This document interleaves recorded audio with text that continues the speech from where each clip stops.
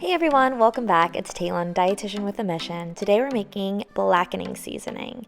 Here are my ingredients.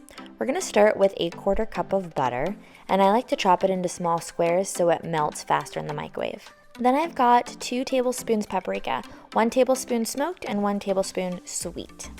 1 tablespoon onion powder and 1 tablespoon cayenne. Now that is spicy, so beware. 1 teaspoon salt and 1 teaspoon cracked black pepper. 1 teaspoon garlic powder. You could probably also use granulated garlic. And then a 1/2 teaspoon of herbs, and I'm using thyme, basil, and oregano. You can use this blackening seasoning for all sorts of proteins or vegetables, but today I will be using tilapia. I've got 6 4-ounce fillets, and this is a very lean fish, so we are going to be basting it in butter. First, we're going to need to melt our butter in the microwave. I give it about 30 seconds or so.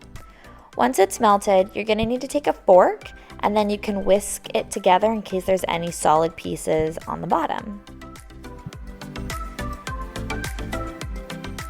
While your fish is drying with some paper towels, mix your seasonings together. Now when you're making this at home, you don't need to present it in front of a camera, so you'll just measure your spices and put them directly in your mixing bowl. You could also put this in a jar, and I'll show you my jar later. But if you keep it in a jar, then you can have it ready to go for when you need it later. Now in this recipe, we're using all of the spices. That's because I like mine really, really spicy, really, really flavorful. But you can just sprinkle your spices onto your fish if you don't want as strong of a pow. So here, everything is mixed together nicely.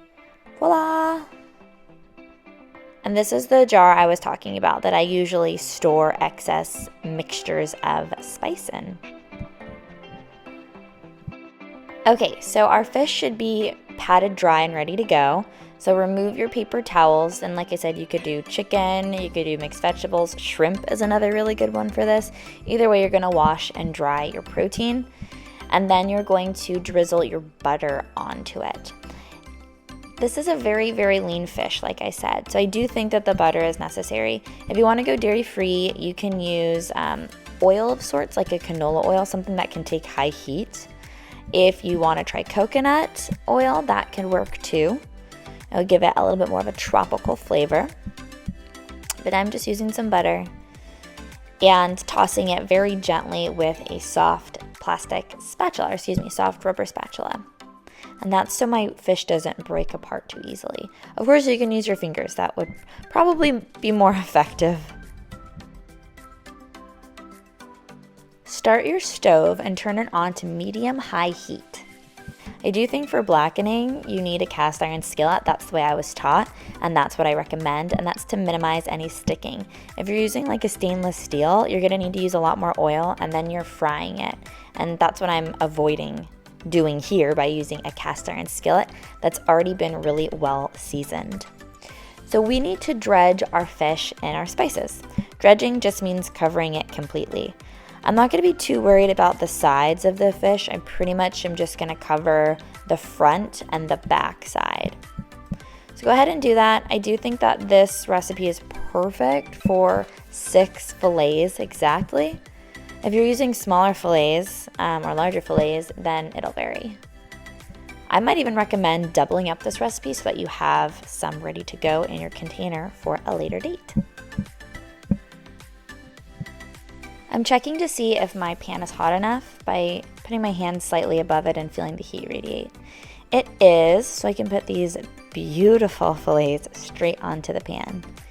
And when I mentioned that the pan needs to be seasoned, what that means is that you will wipe down your cast iron skillet in some oil and then bake it in the oven on high heat, and do that again and again. Because you can see when I removed that fish, there was really nothing left behind. There wasn't excess seasoning, excess skin, nothing. It's a really quick and clean process. Oh, look at that.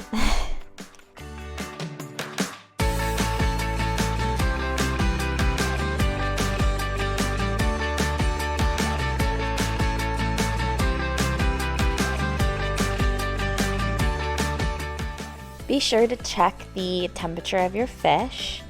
It should be 145 degrees, or in my case, your thermometer should be blue. There you have it, folks, one of the quickest dinner options you can have. The blackening seasoning takes less than 2 minutes to make, and the fish cooks in less than 8. It's soft, moist, and so flavorful. Be sure to like and subscribe. Thanks, and until next time.